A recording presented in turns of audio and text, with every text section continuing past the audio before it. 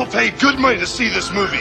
When they go out to a theater, they want cold sodas, hot popcorn, and no monsters in the projection booth. Everyone pretend podcasting isn't boring.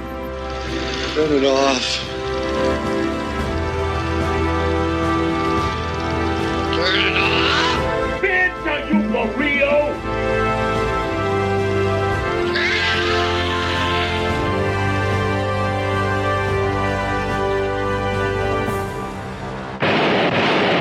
This is Rudy Ray Moore, better known as Dolemite. I've got an all-girl army that knows what to do. They're fox as hell and practice kung fu. From the first to the last, I give them the blast so fast that their life is past before they has even hit the grass. Dolemite. Uptown, downtown, crowned and renowned. I put my finger in the ground and turn the whole world around. Dolemite. Rated R. Under 17, not permitted without a parent or permission from your ward. Watch out, mister. Here comes the twister. This is Rudy Ray Moore. Yes, I'm the human tornado. I chain down thunder and handcuff lightning. I'm so damn strong, it's sometimes frightening. I grabbed the star traveling 1,000,000 miles a minute and slowed it down to the state speed limit. Yes, I'm the human tornado. Spinning, grinning, and sinning. I used an earthquake to mix my milkshake. I eat an avalanche when I want ice cream. I punched a hurricane and made it a breeze. I swallowed an iceberg and didn't freeze. The human tornado. Flinging cash and talking trash. Dreamy, delayed, relayed, mislaid, and parlayed. Jumped, thumped, bumped, and mugwumped. The human... Petey Wheatstraw. Petey Wheatstraw. Petey Wheatstraw. That Dolemite man, Rudy Ray Moore, is back funnier than ever in the new movie, Petey Wheatstraw. If you want to laugh your off, see Petey Wheatstraw. Rudy Ray Moore is Petey Wheatstraw, starring Leroy and Skillet, Jimmy Funky Tramp Lynch, and Wild Man Steve. If you don't want to laugh, leave your at home. Petey Wheatstraw. Rated R. All right, my friends, it is time for another special episode. I'm your host, Mike White, and I am talking with Mark Jason Murray, the author of Thank You for Letting Me Be Myself, the Authorized Biography of Rudy Ray Moore. You are in for a treat, hearing some good behind-the-scenes stories of the putting together of possibly one of the best biographies I've ever read. And you will hear my passion as we go through this interview. Trust me, I don't usually make my questions into long, rambling statements, but I sure did this time because I am so impressed with this book. It is available right now. You can go to www.rudyraymore.com. You can also go over to grindhousereleasing.com, pick up the book at either place. It's the same book. Just depends on where you want to buy it from. It's fantastic. It will not do you wrong. I'm not going to do you wrong. Let's go ahead and play this interview, and I hope you put your weight on it. Can you tell me a little bit more about you and kind of how you really got into movies and movie making? I just seem to recall always having an interest in films. I remember when there were those pre-cable kind of satellite networks like On TV and Select TV that you could just kind of go buy a dish and put it on your TV antenna and you sort of magically had movies. I remember watching things on that when I was, 7, 8, 9 years old, and mom and pop video stores. I think when I was in the 5th grade, I saw Lucio Fulci's House by the Cemetery on one of those little satellite networks. That one was really, instrumental to me of just like, wow, this is crazy, especially that opening scene where the girl kind of gets the knife through the back of the head that comes out of her mouth. And then I ended up finding that at a mom and pop video store. And those things kind of just clicked. You would see Zombie. And it was like, and at a young age, I just kind of realized, oh, this is the same director. This is the guy that also did this movie. I didn't have any real point of reference or anything. I'm an only child, so I didn't have like an older brother or somebody who was, hey, kid, watch this. And I just kind of took to that. I've always been interested in music and heavy music and always just kind of when I find something that I'm interested in, I just feel like I have to absorb it completely. Even with the videos, I used to go around town as a kid, and I would write down the videos that every video store in the area had, whether I knew what they were or not. And then if I discovered something, oh, Blood Feast. Oh, okay, they have that movie down at 49er Video. Like, Mom, you got to take me to the video store on Saturday. So just always really inquisitive. And I've never really been someone who's, I guess you could say, a spectator. I have to be a participator. So I've never made films, but I've been in a couple little movies, and I worked. I was the consultant for Dolemite Is My Name, and all the things that I've done over the years, from putting out bobbleheads and magazines and releasing comedy CDs and death metal and whatever it is. What was your first exposure to Rudy Ray Moore? That was in 1991. I was 17 years old. I was already pretty well versed in cult movies. By that time, I had already seen things like Cannibal Holocaust and Necromantic and Sallow. And of course, these are the days prior to any of this stuff being, commercially released. So I was tape trading videotapes with people in the mail. There was a place called Video Vault. I think it was in Michigan. They used to have rental by mail, and I used to rent from there. And that's where I got a lot of their stuff was bootleg. But that's where I got Cannibal Holocaust and things of that nature. But I had never actually really gotten into, not for any particular reason, like the black exploitation movies. And I had a friend who called me and said, "You have to see this movie I just rented." So I just remember it like it was yesterday. I drove over to his house. He passed the video out his bedroom window. I never even turned the car off. I just pulled over, grabbed the video as he reached out the window, took it home, and it was Dolemite. And it was just kind of like a bomb exploded in my brain. In some ways, it's hard to explain, but there was something about it where, and it's a shabby movie. It's poorly made, but it's entertaining. I mean, I was already a fan of things like Plan 9 from Outer Space, and kind of wasn't very happy that some movies were called, the worst movie ever made. I found that to be immensely entertaining. So how could it be the worst movie ever made? And Dolemite was kind of along those lines of a movie that was just poorly made. The plot has major holes in it. Some things don't make sense, but Rudy was just this force of nature on the screen. And it was something about it that kind of felt like the movie just willed itself into existence. Like it had to happen. Somehow it became, and there was no information about Rudy back then. I knew nothing. This was completely foreign to me. And just after seeing it, obviously it set something in motion that here I am, 30 plus years later, still, researching and talking about Rudy. But I didn't have any idea that he was really a comedian, that he had been a singer, that he had released comedy albums, that there were other movies. But I figured it out quickly. I did realize he had recordings, but there was still no information on him. So I just had to continuously stumble across things. So I may have found a catalog that listed all of his movies, Human Tornado and Disco Godfather, Petey Wheatstraw. Once I realized he had some comedy albums out, I was constantly at all the used record stores in town.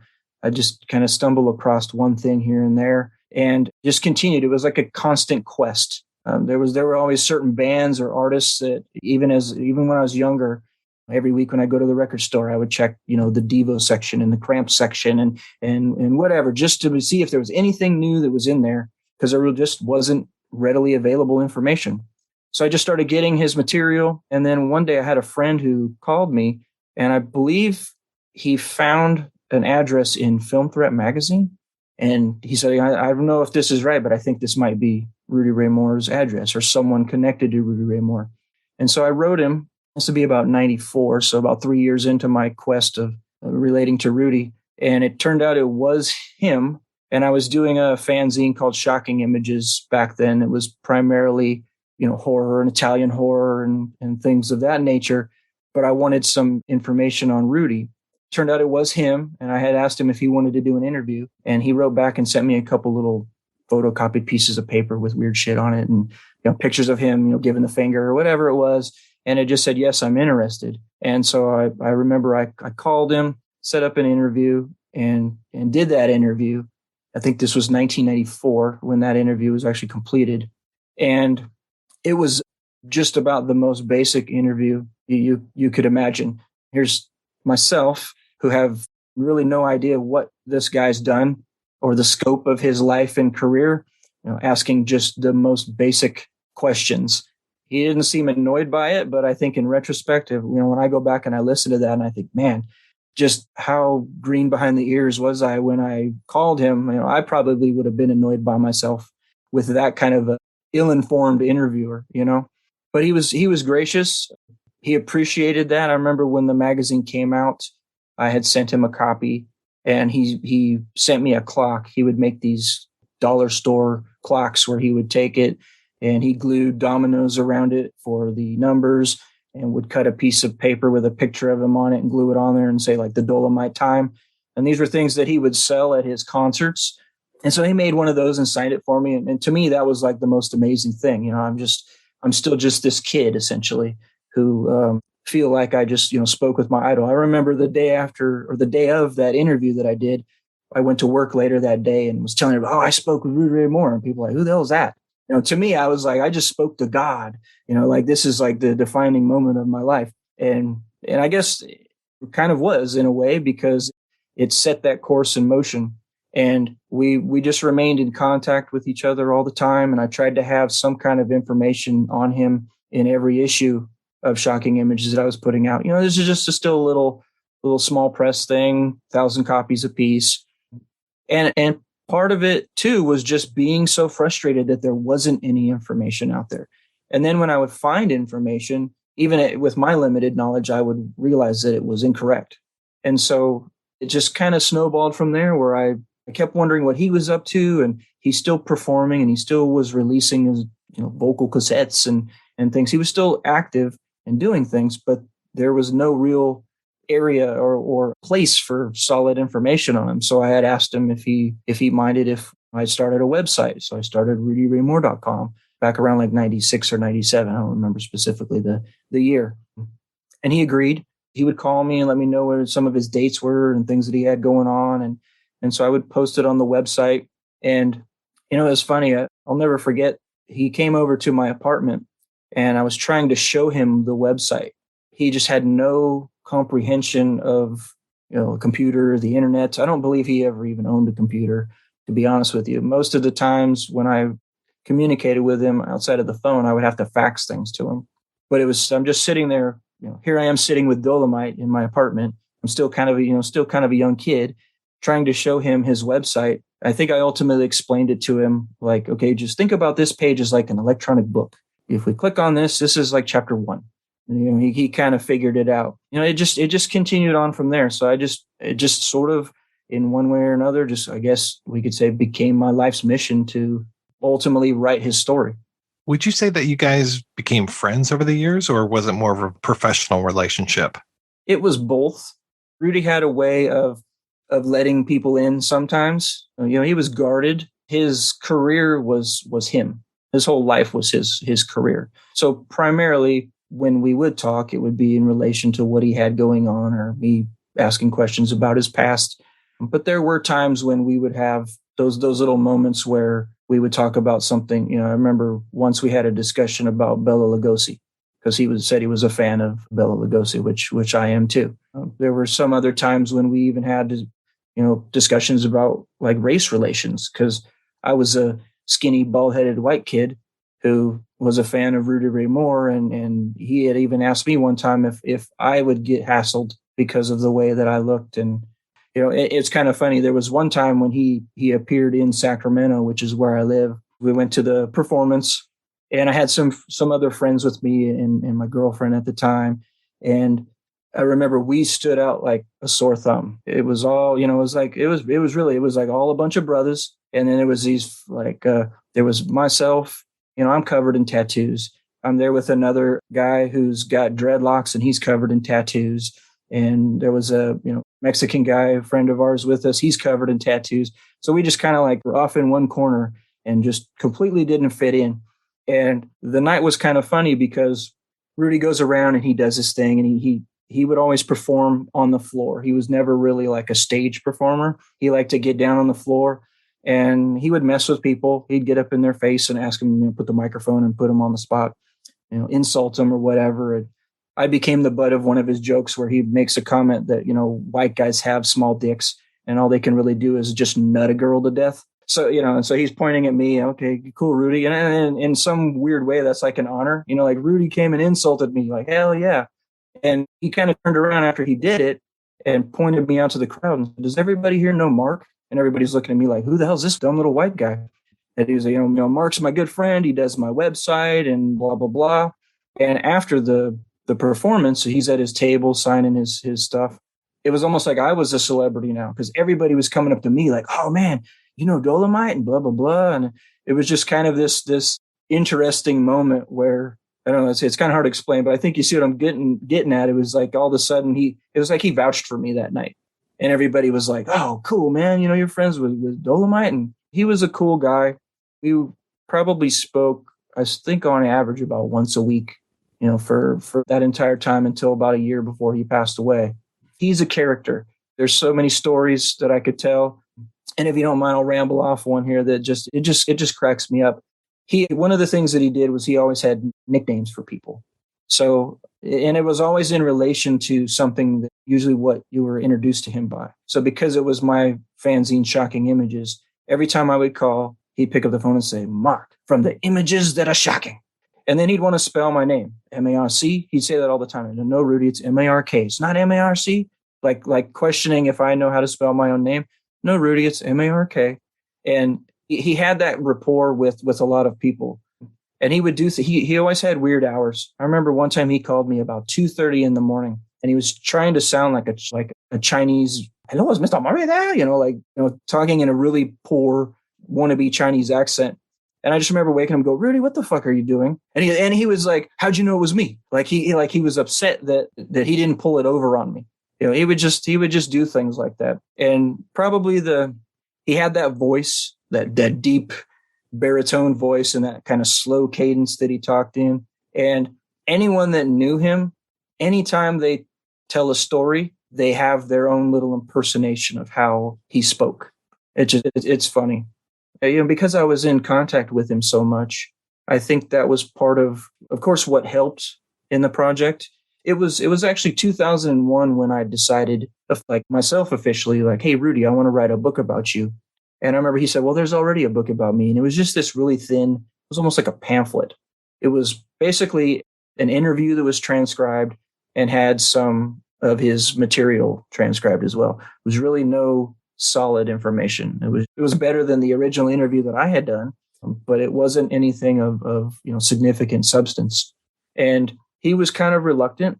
And, as I learned more about him and his story, I understood why he was reluctant.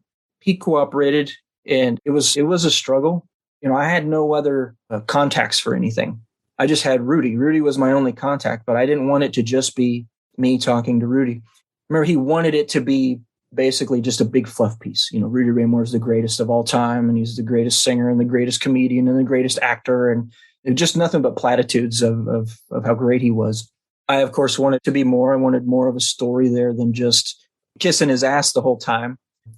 I think the first thing I got was he gave me Cliff Rockmore's phone number. Cliff was the director of The Human Tornado and the writer and director of P.D. Wheatstraw. The two of them were, as a team, I think that's the prime period in Rudy Ray Moore's career. What they achieved together in their world was spectacular. I was very lucky because Cliff, when I got in touch with him was like I said, it was 2001 when I started this officially. It was, I think, August of 2001 that I finally reached out to Cliff, thanks to Rudy providing me his phone number. And I was able to speak with Cliff probably, I think, 8 to 10 hours over the course of a couple months. And then in early 2002, I think it was like February 2nd or February 5th, Cliff had passed away. He had throat cancer. And I was just so fortunate to include him and, have him in my archives that I was working on. His commentary about everything that he did was a significant part of the portion of my book where I'm talking about Rudy's films. Cliff was very supportive of what I was doing. There were a couple opportunities where he was trying to meet up with me. Unfortunately, we never were able to meet face to face, but he was still doing his thing. He was still directing plays and writing. That guy just continued to do his thing the entire time. He hooked me up with Ernie Hudson. he and Ernie Hudson had gone to college together in Detroit and had remained lifelong friends. And of course, Ernie, I don't think it's his first role. Rudy likes to believe that he gave Ernie Hudson his big Hollywood break, but I think Ernie had already been in Leadbelly and was working on some other plays, and so his career was going to do what it was going to do. But Rudy was able to hire him because kind of like on Cliff's insistence, like let's bring my friend Ernie in. So I was able to speak with Ernie and do interviews with him. And I'm rambling on here, but Ernie is an amazing guy. Even up to this day, I've been continued to be in touch with him. Anytime that there's been something related to Rudy that I've worked on, like the Vinegar Syndrome, the Blu-ray re-releases that came out in 2016, I've always just been able to call him and say, hey, do you want to, are you willing to do an interview with this? The book came out. I sent him a text. Hey, Ernie, my book's ready. Here, send it along. He was really excited to see it. And Ernie's just a great guy. Always has given Rudy credit for what Rudy did. And I think basically Ernie's comment is always like, this guy gave me a job when I was trying to do what I wanted to do with my life. He was out there giving Black actors and actresses work. So he's always had that respect. It just kind of went from there. And I just would track people down. Of course, again, it was a lot harder to find people. You used to have to call, you'd call the Screen Actors Guild, and they would let you ask for the contact information of 3 people. You could only do 3 people. And then you'd hang up and you'd call them right back and you'd ask for 3 more people.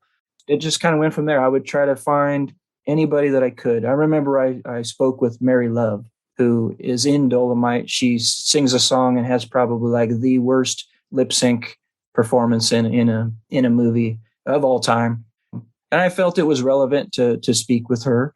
Even if someone provided me one valid comment, it was worth pursuing in my mind. And I remember she had said that she wasn't very fond in retrospect of being in Rudy's movies because she had become very religious. Her husband was a pastor and they had founded a church and things of that nature. But she was willing to talk to me about it a little bit. And I remember she said, oh, well, if you talk to Rudy again, let him know, give me a call.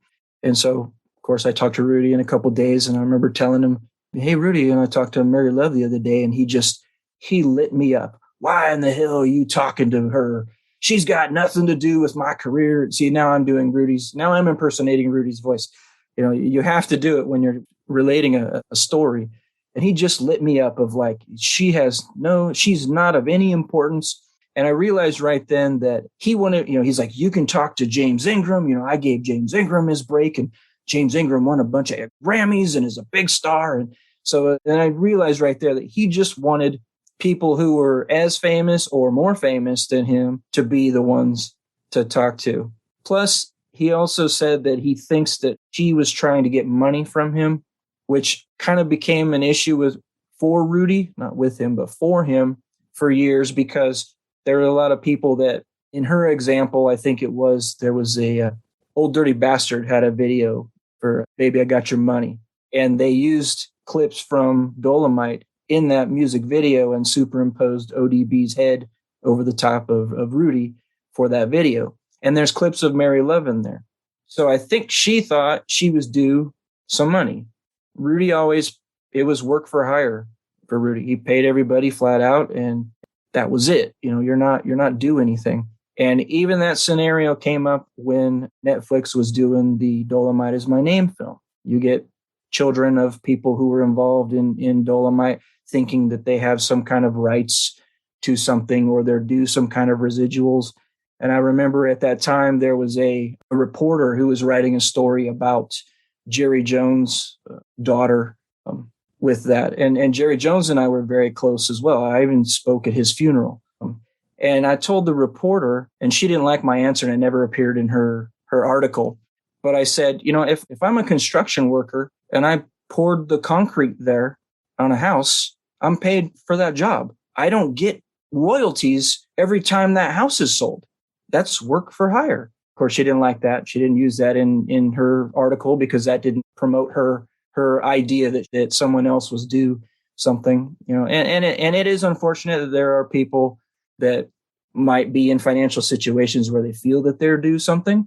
But I mean, that's just the nature of I was paid for being the consultant on Dolemite is my name, but I don't get anything else if it gets sold to another company or makes more money or, that's just what it is. You start this project in 2001. The book comes out, was it 2021 or 2022? I had it in hand at the beginning of January of this year of 2022. Obviously, you're making money hand over fist running RudyRayMoore.com. You're probably sitting on a golden throne right now. So yeah, no, you're working a day job, working this as well, trying to do all this research. This has got to be really intensive to track down all these people and just to be putting this together for all of these years. I do say that I spent 30 years on it because of course, when I first saw the movie in 1991, that's when it all started. That's when I started the journey of trying to find out everything I could. I've been collecting Rudy's stuff that entire time. When I think about it, Rudy was very guarded about certain things. And I don't want to be the, read it in the book type of an interview, but there are things that pick up the book. To me, and I don't mean this to be a platitude, I'm not patting myself on the back or anything, but it was very, very important for me and also very scary for me to make sure that this was as accurate as it possibly could be. Part of it was that I had in one way or another, not directly, but indirectly made a promise to Rudy that I believed he deserved a legacy, and he didn't really have one back then. So not that everything that has come since then is all because of me, but I will take credit that I've been a part of all of that. I've been running Rudy's internet presence, still do to this day, and probably will for the rest of my life. I just had to make sure that it was correct. And one thing and of course it took me forever. And there were people that were like, you're saying you're Rudy Ray Moore's biographer, but don't you actually have to put a book out to be considered a biographer? And there were times that I wanted to give up and just thought, this is never going to be done. And I kind of came up with a catchphrase when people would question that. And I would always say, I would rather have it right than rushed. Things that also changed too. There were big gaps in Rudy's story that I did not have after he passed. And he passed in 2008. So I was, 7 years technically involved in my deep research of that. And there was still so much that I did not have. And I wanted to make sure that I turned over every stone 3 times. I may have turned over a stone in 2001 that didn't mean anything to me. But 10 years later, when I had more information, now all of a sudden that bit of information was valid and fit somewhere into the puzzle. There was even times when I was talking with Cliff, just coincidentally, he had told me that one of his partners that he had was living in Sacramento. And he remembered the street name that this person lived on, but he did not have the house number. And he wasn't even entirely certain that they lived there anymore. I went and knocked on the door of every house on that street and asked, is there, is your mother here? It was a woman that was his partner. And I don't even remember if I had the name. He just had said that, and just out of the blue, I just was like, screw it. I'm just going to go over there and knock on some doors. And, does Cliff Rockmore, is that name familiar to you? And I got a lot of no's, and people that weren't there, I just posted a note on the door. Never heard anything, which was a bummer because this person supposedly had a lot of Cliff's materials. And I think those are now lost. There was a time when, and I've met Cliff's sons too. And I was told that there was a time when Cliff was leaving one of his offices and he was like, we can come back for that later. Like a file cabinet with his paperwork or something in there. And for some reason, something happened and they never were able to retrieve that. But he had told me that he kept all of his paperwork. He had, his budgets and scripts and all of that stuff has been nearly impossible to find. Never found a script for Dolemite. Even Jerry Jones didn't have one. I did find a script for Human Tornado, which in itself is an interesting story. Randomly, I found that it had been posted on eBay and someone had purchased it for like $200. And I just obsessively searched for Rudy stuff on eBay, like practically on a daily basis. And my first thought was, how in the hell did I never see this? It just amazed me that I never saw it. I contacted the person that had sold it and said, hey, here's who I am. I'm trying to see if there's any way that I can get even just a photocopy of this. Do you know who purchased it? Which not expecting them to just, screw you, man. We're not telling you who bought this off of us. And it turned out it was a company that dealt in rare scripts and rare books and things of that nature. So they, with a significant markup, sold it to me. But what was interesting, it was an original script with all the handwritten notes from while they were, shooting, had extra stuff that was written in, that was done, kind of on set. And Jerry Jones didn't have that script either. There's never found anything for Petey Wheatstraw. There's a script that's been floating around for Disco Godfather. Somebody's been selling one on eBay for probably decades. But just finding paperwork was nearly impossible. Because I had the website, this was probably maybe around, say 2012 or something like that. There was a guy who emailed me and said that he had found papers in a storage unit in Los Angeles that had Rudy's name on it and some other people, and he was trying to figure out what they were. And it turned out it was Jeannie Marie, who most people don't really recognize that name when I say it, but they will recognize that there's a part in Dolemite Is My Name when Rudy is introducing Lady Reed to the group, and they sing that if I was an itty bitty girl and had a whole lot of money, that part, we would suck and I would suck and we would suck together. That song was actually a song that Rudy and Jeannie Marie had sang on Rudy's Eat Out More Often album. They were very close friends. So she had some of his paperwork in there, and this guy shared a little bit of that with me. At that time, I didn't have a whole lot of cash. So, of course, those kind of guys that get those storage units, they're looking to flip that stuff for the maximum amount of money. I couldn't get it from him, but he did share a few things with me. So just over the years, just random things would fall into my lap. Luckily, there were still people that were alive. I was able, like I said, Jerry Jones, talked to him all the time, tried to help him get some other things rolling. And I think part of the beauty of this project, and it's changed my life. This is not just like I didn't just write a book, so to speak. I became friends, very close friends with so many of these people. And, I might even get emotional here talking about this. Jerry was a good friend. He was a no bullshit, tell it like it is kind of guy. Talked with him frequently. I was trying to help him get things going. He had a musical that he was doing called Chicago Club Rum Boogie, which he had actually had some performances of it, and it was pretty good. And I was kind of like part of the team involved in that. And they were trying to get it picked up for, some kind of a wider release. And he had scripts that he was trying to get made. And I was kind of in sort of loose ways, just kind of like trying to be an agent in a way or a contact or a middleman for these guys. Ben Taylor, who sang the Dolemite theme and worked on all those movies, he's a super close friend. Whenever I go to Los Angeles, I usually stay at Ben's house. We're so close to him, he calls and talks to my wife all the time. So it's like they're family. We lost Jimmy Lynch last year, and Jimmy he has a micro cameo in Dolemite, but he's of course in Human Tornado and Petey Wheatstraw and Disco Godfather. And Jimmy was a huge part of Rudy's story and a friend of his for decades. And, Jimmy used to say I was his only white son.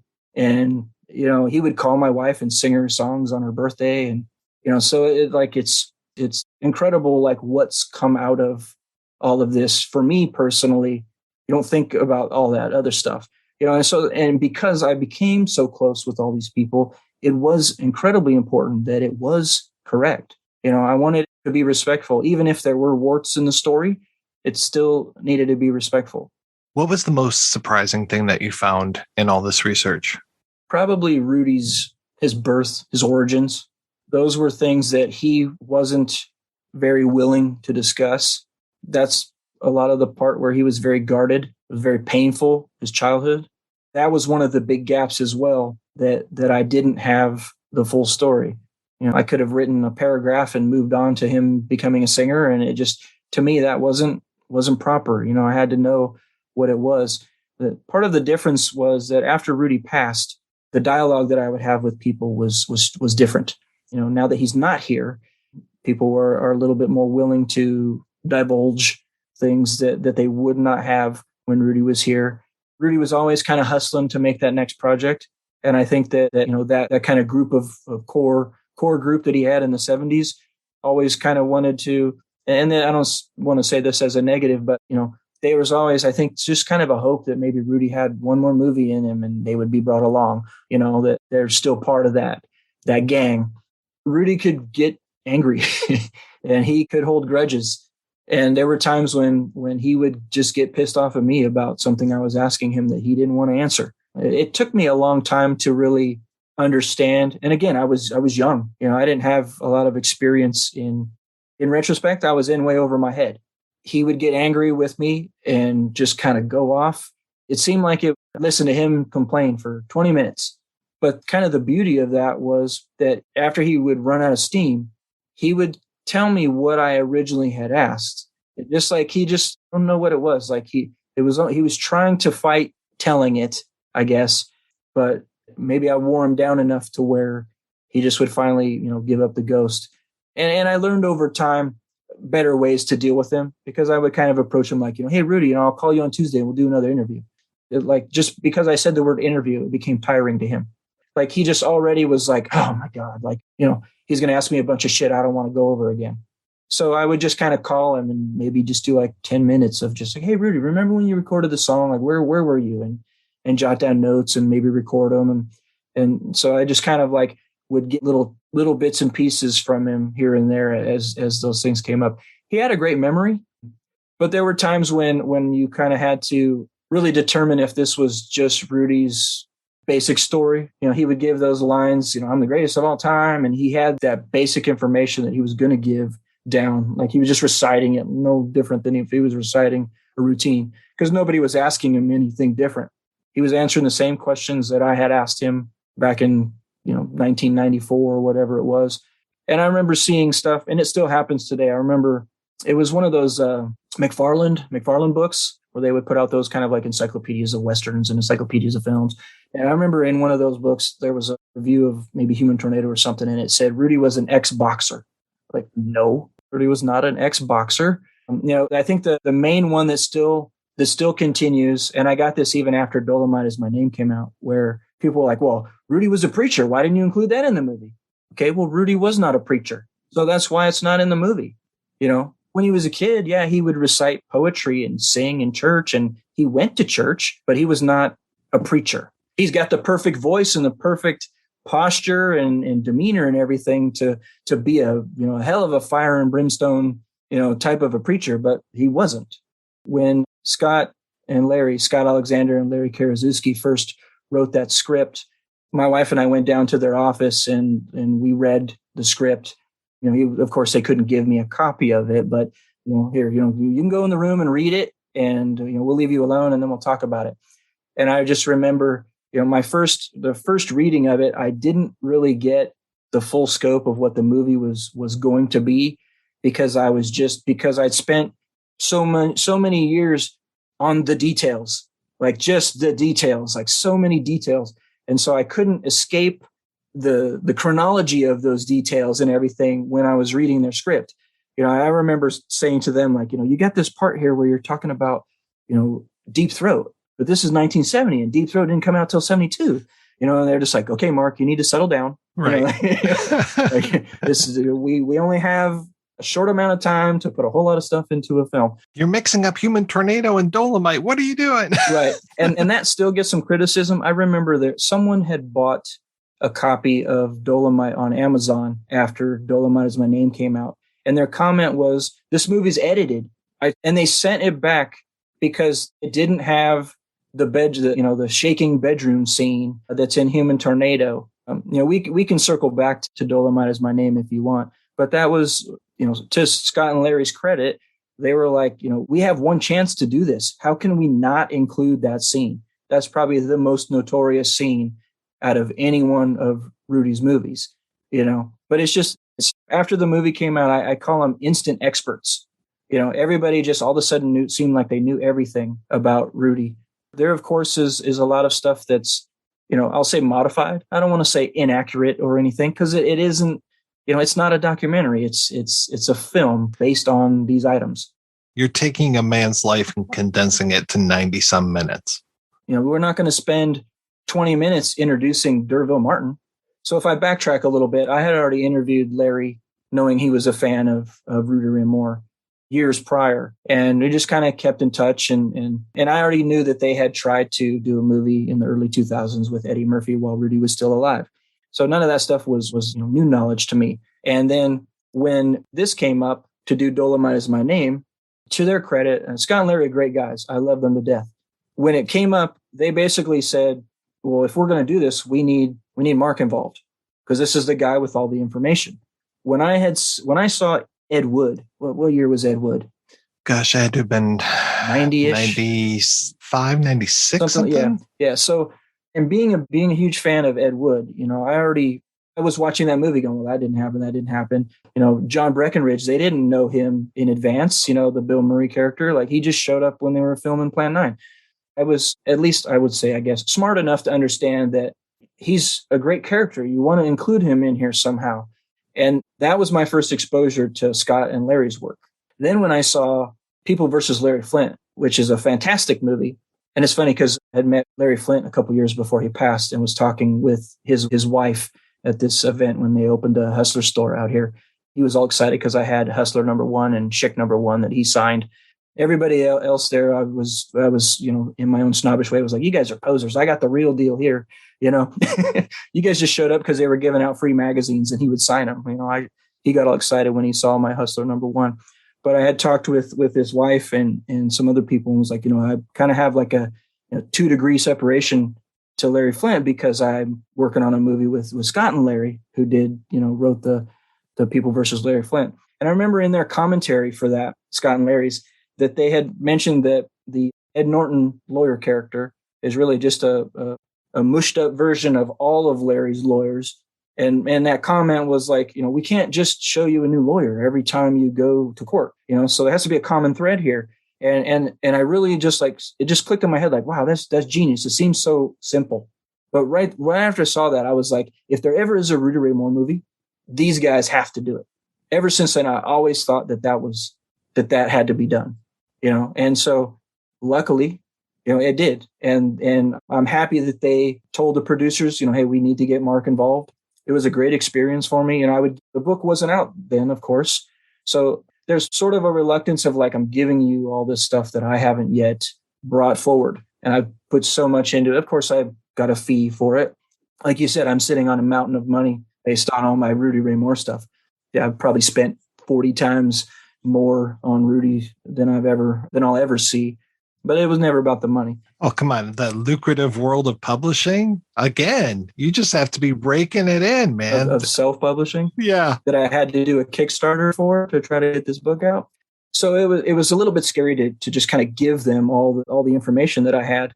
But it was also kind of fun. They would call me, and, what kind of car did Rudy drive in 1972? And who's this person on this back of the record?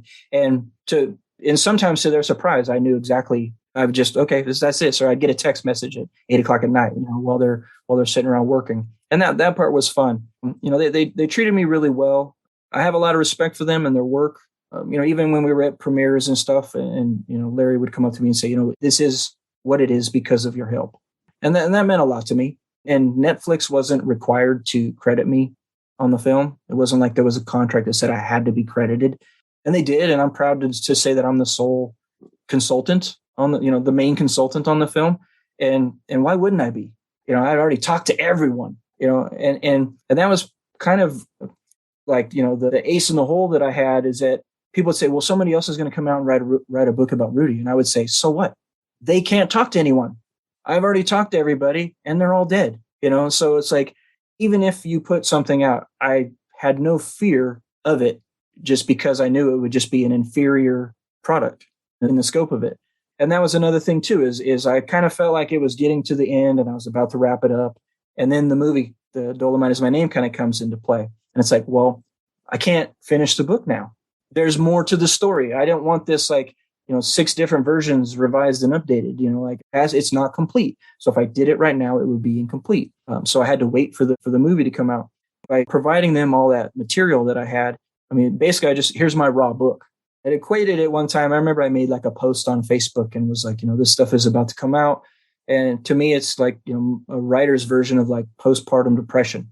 Like I'm lived with this for so long and now it's finally about to come out. And I actually remember it was Halloween that year and Larry called me And he's like, I just saw your post. And he's like, I know exactly how you feel. He's like, we go through this like every time a movie comes out. So it was kind of cool for him to, I guess, talk me off the ledge or whatever you want to say, because it was very emotional living with it for so long. Because of the movie, it actually kind of helped me when the book came out, because it was easier for me to let it go. Such a personal experience for me. And it's something that I've like essentially worked on practically like every day for 30 years in one way or another. It's a hard thing to let go, but that's the whole reason for it, is to give it to everybody, to let Rudy's story be told. Who ended up doing the layout for the book? Because the book is gorgeous. Well, thank you. That was me. When I knew I was going to write this book, it's kind of like Rudy. And I think one of the things that connects me to him so much is I relate to him in a lot of ways. I used to joke that if I was buried, my tombstone would say something like, "Here lies the guy who made all the cool shit that no one bought." I tend to just do things that I find personally. Oh man, like I'm going to make I made the Dolemite bobblehead, and I'm thinking like, I should be able to sell like 10,000 of these. Like everybody's going to flip their lid. Like, holy shit, a Dolemite bobblehead, and it took forever to sell them. And it's just, but it's also like, I made the Jean Rollin bobblehead. Like, who in the hell is going to do that? I did, because I wanted one. These are the kind of things that I put myself through just so I can have, something tangible. I always knew that some of it, I guess, would be like, masochistic in a way. It was like, I automatically knew that I had to put the book out myself. Like the ultimate tribute to Rudy is to do it myself. Nobody ever helped him on anything. And I just figured that no one would really give a shit. Like it's not like I wrote a book on Eddie Murphy. Ironically, I was getting pushed by people when the movie was about to come out of like, oh, you got to find a publisher.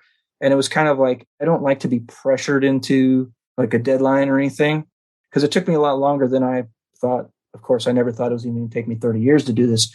But even when I thought like, oh, it's right around the corner, I'm almost done, it wouldn't be done. And so I kind of like sent out some things to publishers, and you would think, hey, there's this movie, this is Eddie Murphy's like return to film that everybody called it his return, even though he said it wasn't. Why wouldn't anybody just be like, oh, hell yes, like we want to be the one to put this out? I got zero responses from, and these literary agents that you contact. It's easy to find them and it's easy to contact them, but they tell you, don't ever contact us again. It says it right on their like websites. Like they'll send you an autoresponder that says, okay, we've received what you've sent us. If we care about it, we'll get in touch with you. So it just like, it felt like I was just sending it off into a void and nobody cared about it. In a way that bothered me. But at the same time, I always knew I was going to have to do it on my own. It's like Rudy said, if I wanted to be on the screen, I had to put myself on it. So my thing was, well, if I want to write a book about Rudy, I'm going to have to publish it. I'll say doing a Kickstarter was one of the worst things in my life. It is not a pleasurable. I mean, yeah, of course, if you like wake up on day 2 and your project's totally funded, fuck yeah. Kickstarter is like the way to go.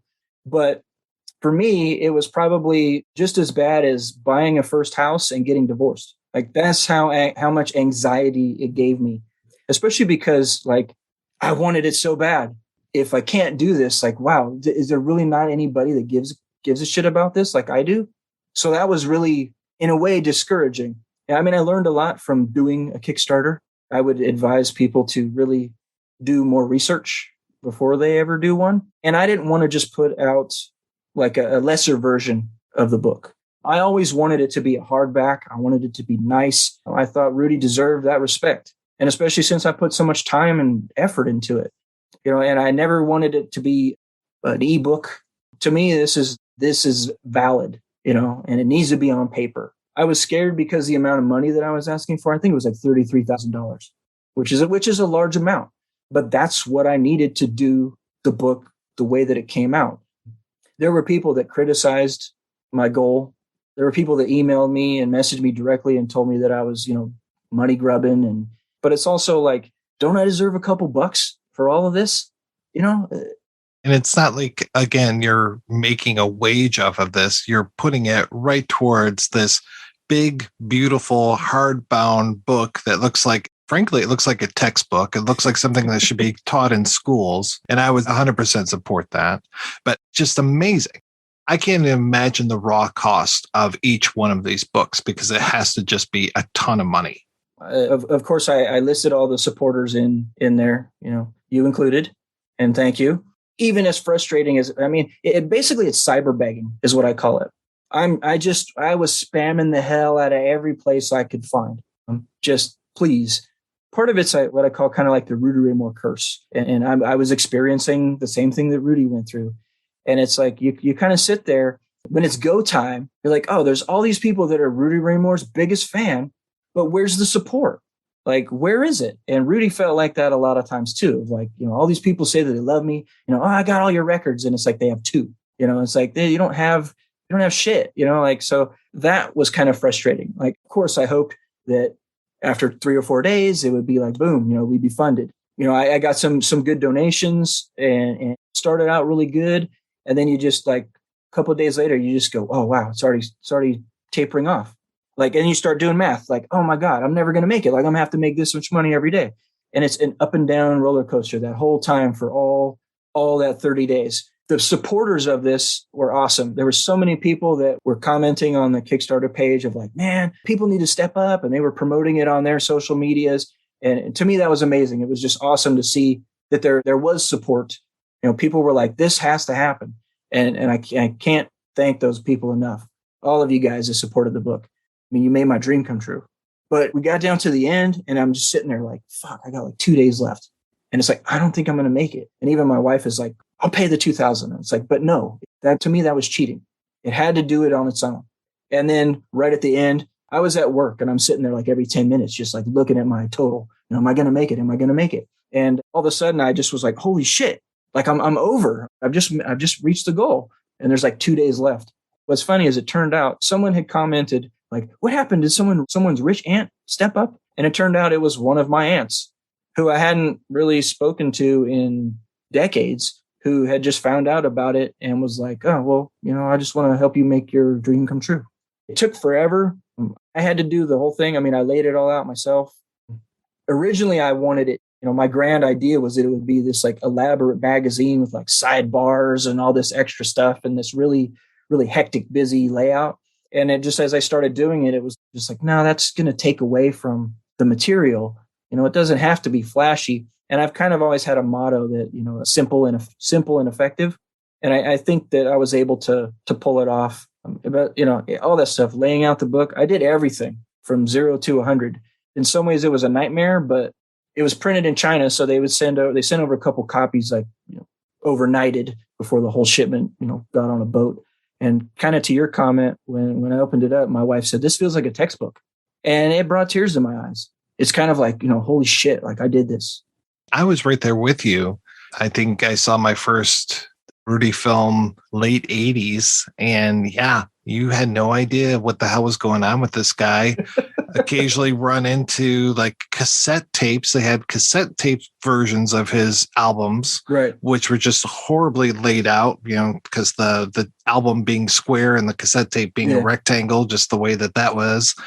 And it's like, what is this? What are these party albums and how does this fit in and where does this come from and what year was this and just all of these things. And like going to the video store and looking up like, oh, what is this movie Monkey Hustle, and what is this thing? And there was that dearth of knowledge. And then you managed to fill that hole, my friend. You have to be, and you really need to be lauded for this because you just brought to life. I mean, people don't know about party albums, the Chitlin Circuit, blaxploitation. Dolemite Is My Name was like a starter drug for a lot of people, but you just filled such a gap in popular culture through looking at this one man and how much he was able to do and not get any credit for it. And I love that you were able to do that. Well, thank you. I appreciate that.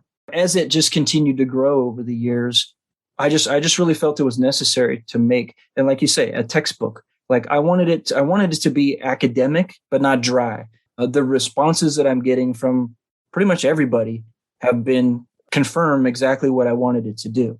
I wanted it to be entertaining. I wanted it to be informative. I wanted it all to be accurate. But so here I am writing a book about something that I never lived through, things I never experienced. I had to learn a lot of stuff. I don't come from, like I said, I'm just a bald-headed white guy with tattoos. The least likely person that you would see, if I said, oh yeah, Rudy Ray Moore was my buddy, I wrote his biography, people go, what the fuck? Holy, like you? You know, when I first started, I would start reading books about Black languages and vernacular. And I was getting into books about like the toasts and the street tales. And I read all that stuff. And I read some 300-page book about the origin of the signifying monkey. And so it wasn't just that I learned about Rudy Ray Moore. In order for me to properly put his whole life in context, I had to learn about all this stuff. And that was one of the things that was very important to me, was to put it all in context and provide the information so that it didn't matter where you come from, who you are, what year it is. You should hopefully be able to understand the context that he comes from. It's like, yeah, okay, so what? So what if he goes from Milwaukee to Cleveland? Well, what was going on then?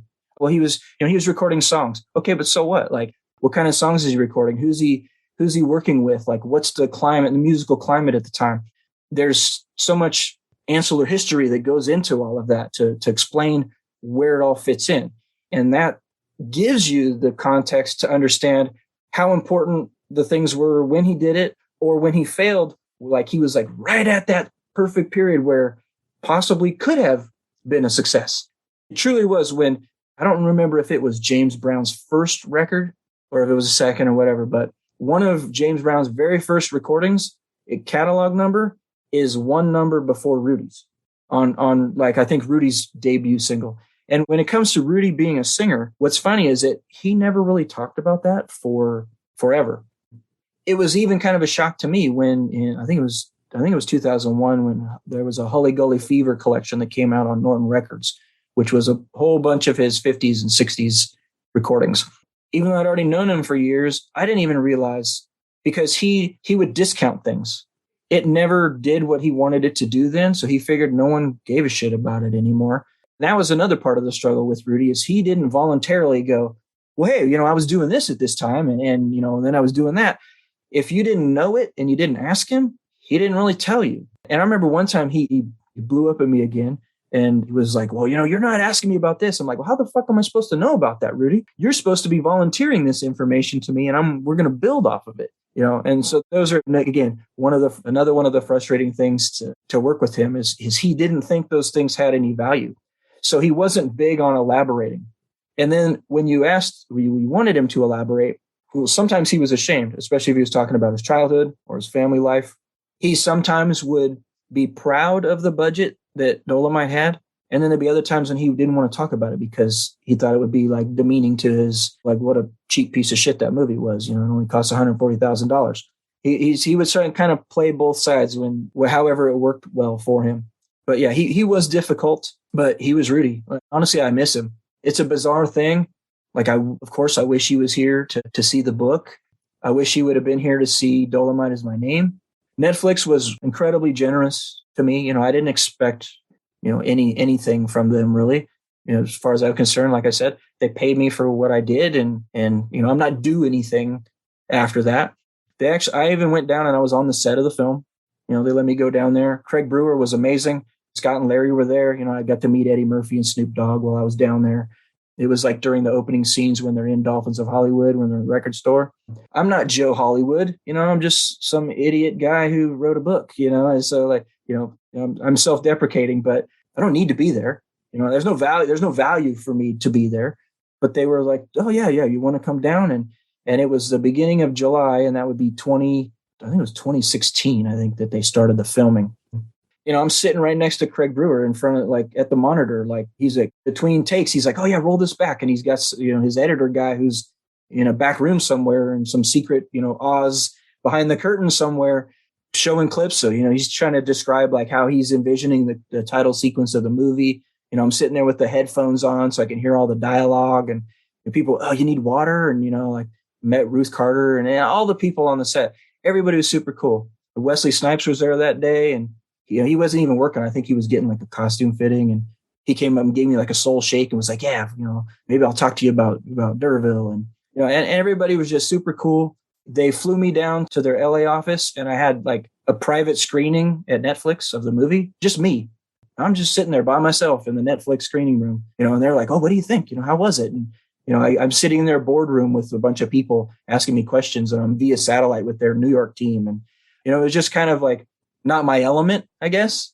But it was amazing to be a part of that. I was at the premiere. My wife and I were walking. It was an orange carpet because they had it in certain colors that were part of the movie scheme. So it wasn't a red carpet. But we joked because, we pulled up in the like tinted window Escalade, and all the people are like, "Oh shit! Oh, Eddie Murphy!" And then my wife and I get out and like, "Who the fuck are these guys?" We're just kind of walking through it, and who? They're not anybody special.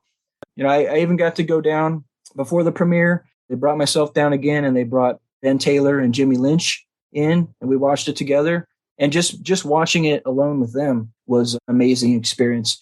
I just remember I'm sitting there next to Jimmy. There was a scene, I think it's the scene where Eddie as Rudy first does the signifying monkey for the very first time in the club, and they start to see like how it's, it's building and it's actually going to work. And I remember Jimmy just looked at me and said, "Eddie's got some of Rudy's moves." And seeing the look on Ben Taylor's face when they broke into the recording of the Dolemite theme, he just like hopped up to the front of his seat, was hands on his knees, and was like just oh my God. He kept turning to me and go, "Yep, that's how that happened. That's how it happened."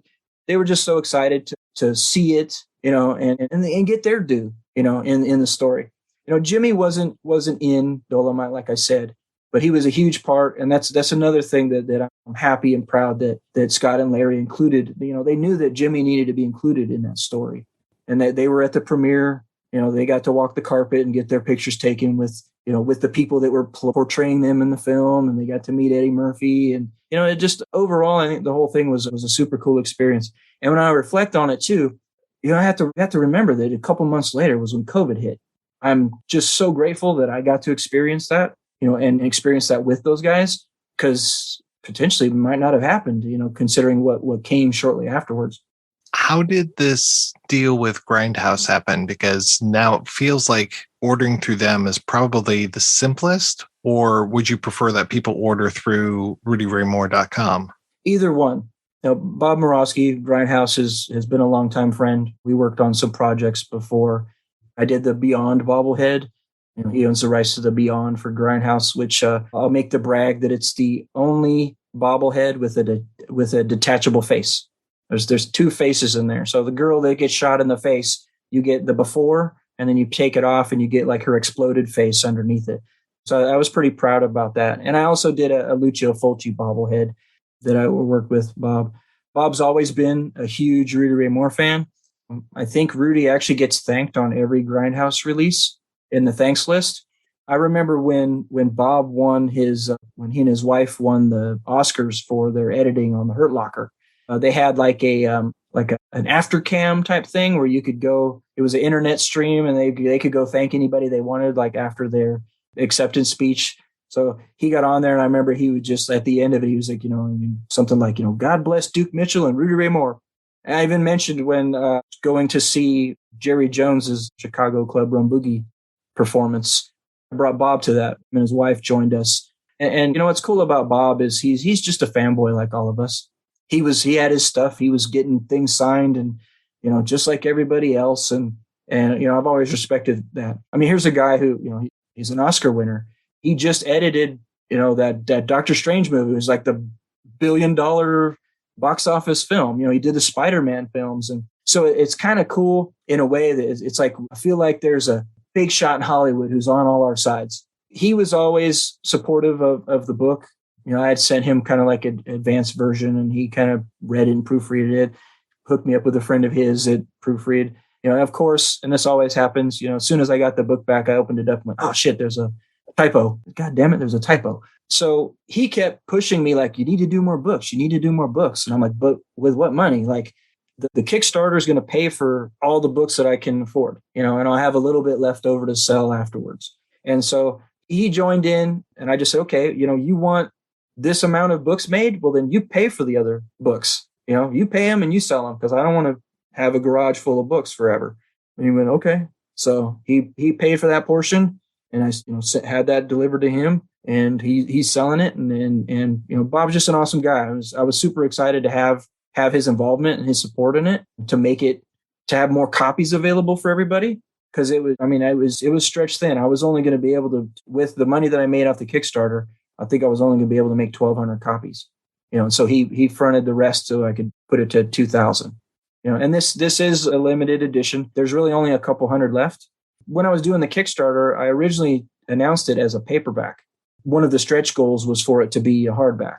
And after maybe like a week, screw the stretch goal. It needs to be a hardback anyways. And so I just said, it's a hardback now, and hopefully more people would just jump on board with that. I will say this to anybody out there who supports things on Kickstarter, support it on day one. Don't wait until the end, because your support at the beginning builds the confidence in that project that more people will get on board. Lots of people will sit around and say, well, it doesn't look like it's going to do it, so I don't want to give them my money. But you're not giving any money until it's fully funded. Throw that support in on day one as soon as you see it. That's the key. That helps keep that momentum going, because you get down to the end and I tell you, I was just sitting there going, oh, what the hell am I going to do? Like, if this doesn't do it, like, what's my next step? Like, this is not some print on demand, straight to Amazon book. No offense to anybody that does that, but I couldn't put 30 years of my life in this and just have it come out like that. Like, it had to have some legitimacy.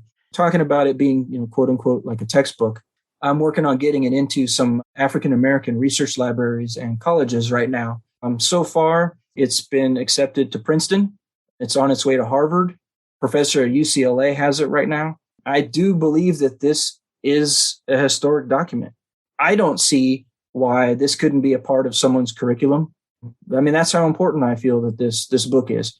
And not just because I wrote it, but just because of the subject matter and the amount of history and what Rudy did. I mean, nobody else really did. If you think about, him taking those street tales, those toasts, and recording them, there were a couple people who had done it. He wasn't, necessarily the first, but he's the one who just took it and ran with it.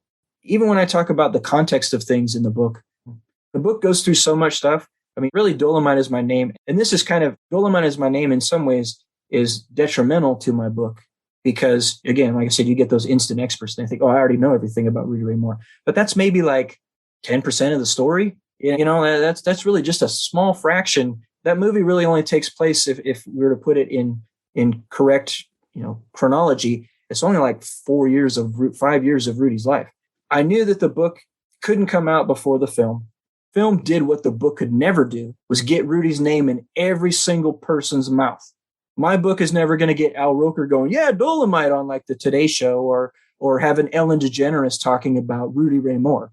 I knew that the movie had to happen before the book, just primarily for that reason alone. So thankfully, this kind of grand scheme that I had of Rudy getting like a biography type show, and they did Unsung Hollywood with Rudy that Jimmy and I participated on. And then the Blu-rays came out, which I worked on. And then I knew there needed to be a biofilm, which came out, and then my book. So there was just kind of this chronology that I knew in the back of my head also that had to happen, even if maybe it hurt my book's success. And it was never about that. I just knew that those were the steps that had to happen for Rudy's legacy to really be cemented.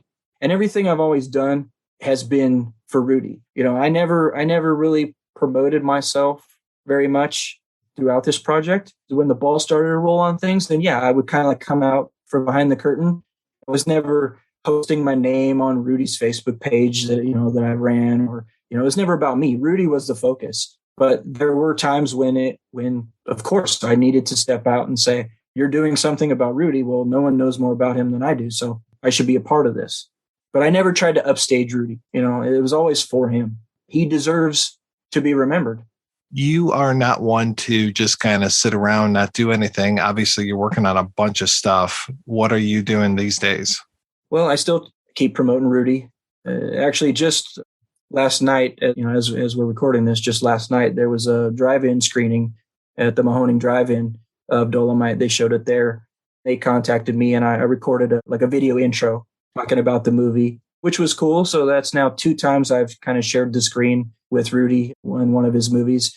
When the Vinegar Syndrome restoration happened, they showed Dolemite at the Egyptian Theater, and there was some clips of some interview footage of myself and Ben, and Ben was there that day, Ben Taylor, and he was all excited to see himself on the screen. And I am working on some other things. I've got some projects relating to the golden age of adult cinema that I'm working on. I've amassed quite a collection of 8mm loops and magazines and things of that nature that I'm planning to archive and do something with. I am working on another book. It may be the only other book I write. I joke that I'm going from writing the hardest book I could ever write to the easiest book I could ever write. This one, and I haven't really announced it, quote unquote, officially yet, but it's the biography of Gloria Leonard, the authorized biography. So I'm working with her daughter, Robin, very closely on that. So I went from having someone who would never really give me the information I was asking for to having someone go, here's everything my mom ever did. So I have all that material, but in my own typical way, I'm not the quickest to produce results here. I don't plan on spending 30 years writing Gloria Leonard's book, although I am a couple years into it. But there's something about, again, there's a responsibility here. Even though I have all this material from her, and she actually had written some kind of rough draft autobiographies in the past. So I have all that material to work from as well. So it'll probably be something like, written by Gloria Leonard and Mark Jason Murray type of a thing, because so much material from her directly. But I still, she's credited, for example, for creating phone sex. Now I have to research everything about phone sex. I'm just like, and how those phone numbers came to be. And so again, I tend to go down rabbit holes because I feel like I need to be an expert. Even if it's only something that I'm going to write 3 sentences on, I need to be confident that I'm an expert in whatever I'm writing. Writing books for me is it takes a whole lot out of me. I personally don't see how people can just spit books out. Maybe they just have something that I don't. I'll tell you how, I guess, ridiculous and over the top I was with Rudy's stuff. And again, this is something that was probably summarized in 1 or 2 sentences, just so I could understand how his movies played theatrically throughout the country. Like, what was their path? My wife and I we gathered thousands of newspaper pages. I built a spreadsheet of every city and dates of when Dolemite played and what movies it played with. And was it at a drive-in? Was it in a theater? Held over? Just hundreds and hundreds of listings of these dates. And at one point I just said, like, okay, I spent a month working on this. Do I really need this much information? It was helpful, but I probably could have just like spent a day on it and realized, I just thrive on that information. And I still look at that spreadsheet. Today I'll probably go on Rudy's page and go, oh, yeah, back on this date in 1976, Human Tornado played at blah, blah, blah theater, and so it makes some fun content. But those are the depths that I'll go to determine, what the results are. So I have to kind of reel myself in. That's the kind of fanaticism that I can really appreciate. All your hard work is not for naught. And I agree with you that if you know that stuff, if you research it and you find out all that background, you are confident when you write those 2 or 3 sentences. When you take all of that knowledge in your head and you write those sentences and you just say, nobody's going to be able to contradict me on this because I know that this is right. And you become that expert. You might not ever think about that ever again in your life, but I don't think it's a waste of time. And I think that you're giving the proper due to things. That was kind of, wouldn't say a fear, but a concern. Is someone going to come back and go, no, that's not true.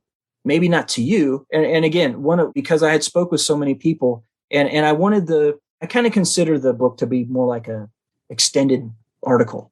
There's quotes in practically every paragraph in the book practically. So in a way, I'm just weaving the story together. If you try to dispute it, then you're disputing Rudy's word. You're disputing Jerry Jones's word. You're disputing the people that were there. In my mind, what I've done is essentially, I guess, bulletproof. These are the comments from the people that lived it. So I'm not paraphrasing them or putting words in their mouth. Someone had made a comment where, and I hate this too when I read books, and it's like you're reading a biography on somebody, and there's all this dialogue in there that supposedly the subject and their friends have talked about, and it's like, how do they know that they talked about that? It's like, do they just have like thousands and thousands of hours of recordings that were just like random shit that people were talking about in their living room one day? As soon as I see those things, I immediately start to question the validity of the book of like, you're just trying to embellish on a story here. And I was very concerned with not wasting space. I didn't want sometimes you read books and you're just like, okay, this dude's just filling up a page here. And if I felt like I didn't have enough information, then it was back to that rabbit hole to figure out what I needed to get to expand on whatever that little portion might be. Mark Jason Murray, thank you so much for your time. This has been great talking with you. And thank you so much for the book and all the hard work that went in behind it. Thank you, Mike. I appreciate those comments. And I also appreciate you having me on.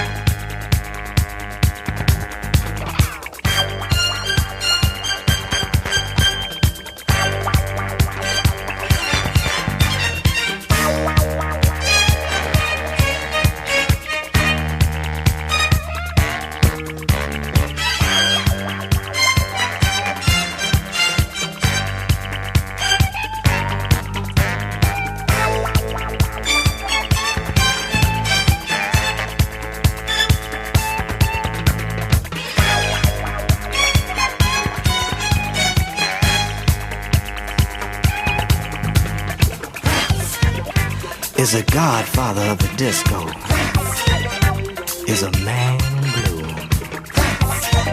He don't give no slack, will boogie all around you. Don't take no shit. It's death on angel dust. It's clean to the bone. Let me tell y'all that he's